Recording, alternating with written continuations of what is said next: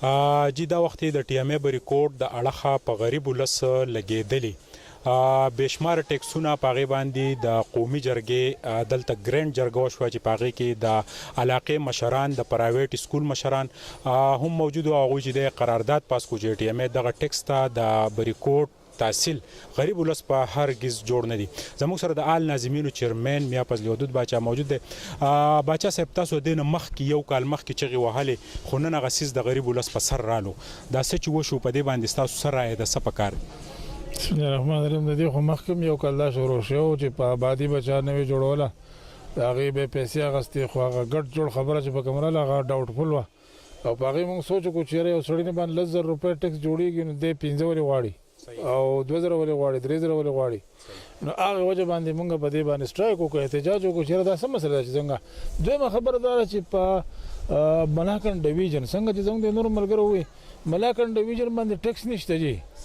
دا د ورو په موږ باندې یو شی لاګو کوي او ورو مقصد دی چې یو مسله جوړي دویم د بریکوټ ټي ام ای کارکردګي سره اوله خدا خبره چې د خپل کارکردګي خو واضح کی موږ ته فیسیلیټیز ورکي عوامو تر دې سره یو ټریکټر د 15 سپینو ګران دي په کار ته چې 15 ټریکټر وي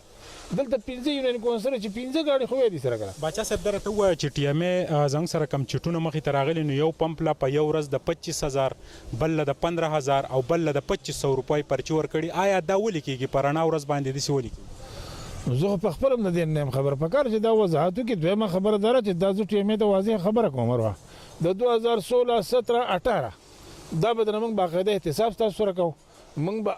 تاسو نه حساب اخلو چې تاسو سوره پیسې خلکو راغونډې کړي سوره ګورنمنت فند درکړي او سوره تاسو لګولې په کم کم مت کې لګولې د دې باقاعده حساب کې دې ته ځم تیار کړو چې هغه د ټي ام ای ته پیسې ورکړي خو رسید نه دی ورکړي هغه خو په کار چې هغه کسان را مخې ته شي هغه په دې باندې خبره وکړي چې بای موږ له چا رسید نه راکړی او ولې نه راکړی او ټي ام ای ته ټیکس په کم مت کې اخیستی چې هغې موږ باقاعده حساب وکړو خبره تحصیل بریکوټ د ټیکسونو په ضد کې دی تاسو دغه عوامو ته څه اپیل کوئ ټیکس ورکړي که نه ورکړي؟ زه ټول عوامو ته دا اپیل کوم چې برای مهرباني ټیکس مه ورکوئ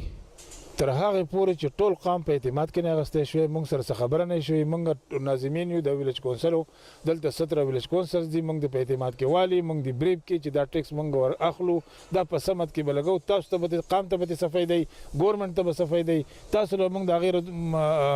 نعم البدل صدر کو څه طریقې کار دی د هغې نه پس دي د خپل